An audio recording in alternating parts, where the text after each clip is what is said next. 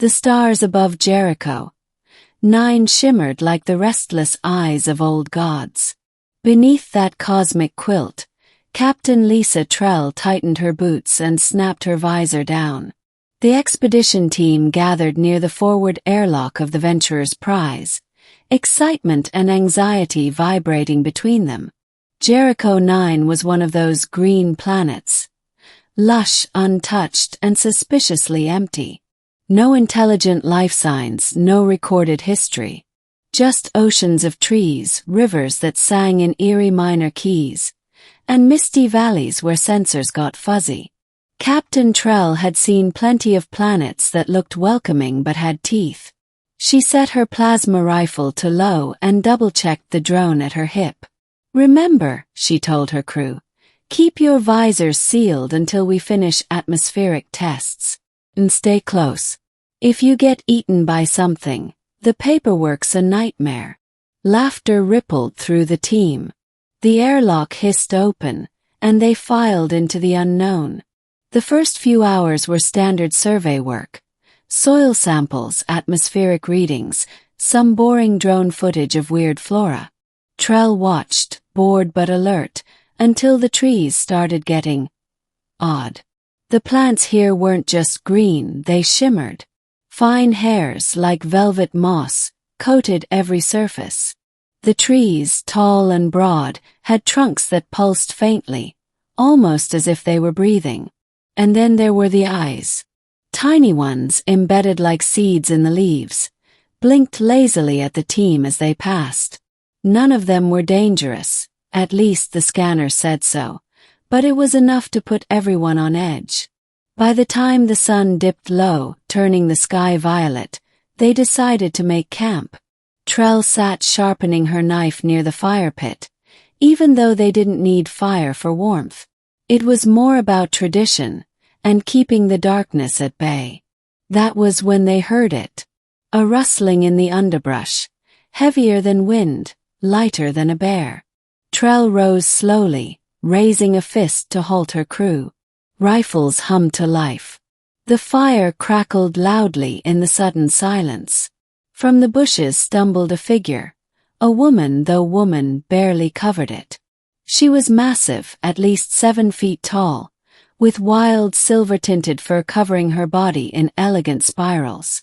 Sharp claws tipped her fingers, and her legs bent backwards at the knee like a feline's.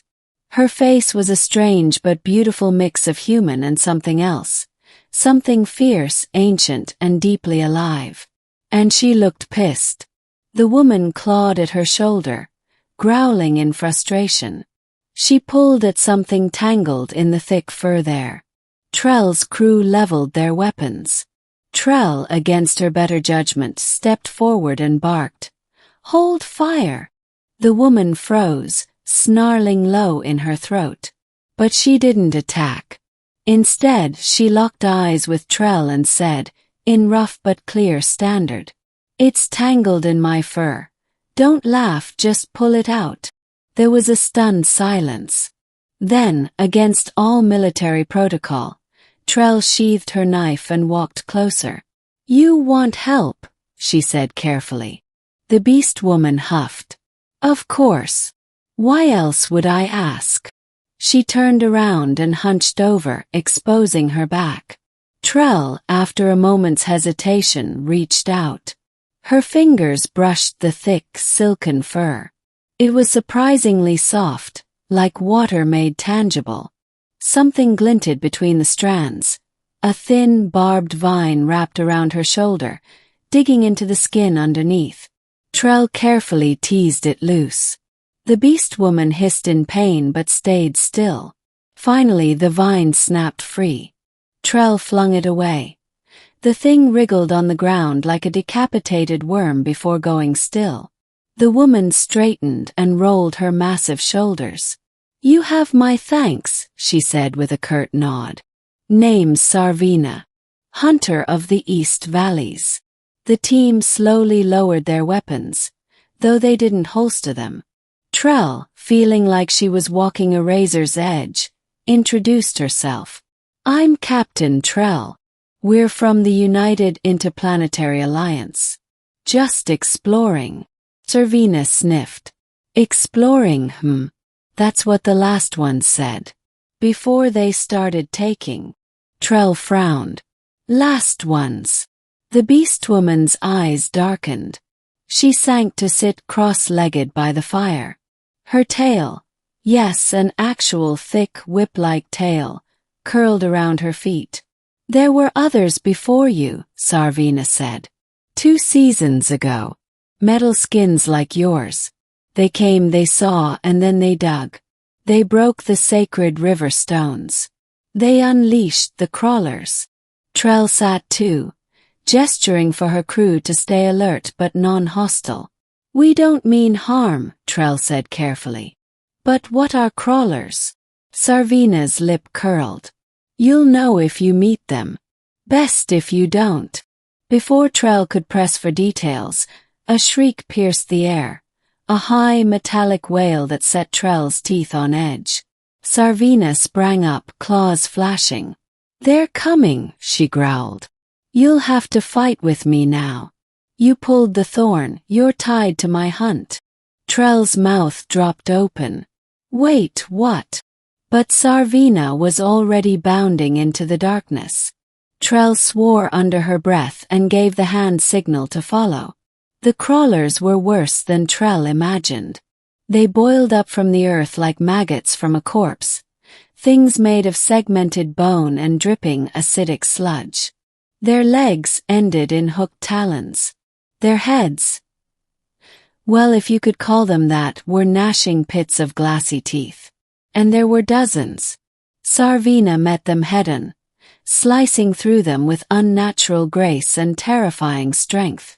She fought with a pair of curved, gleaming blades that seemed almost alive, singing as they cut. Trell and her team flanked her, guns blazing.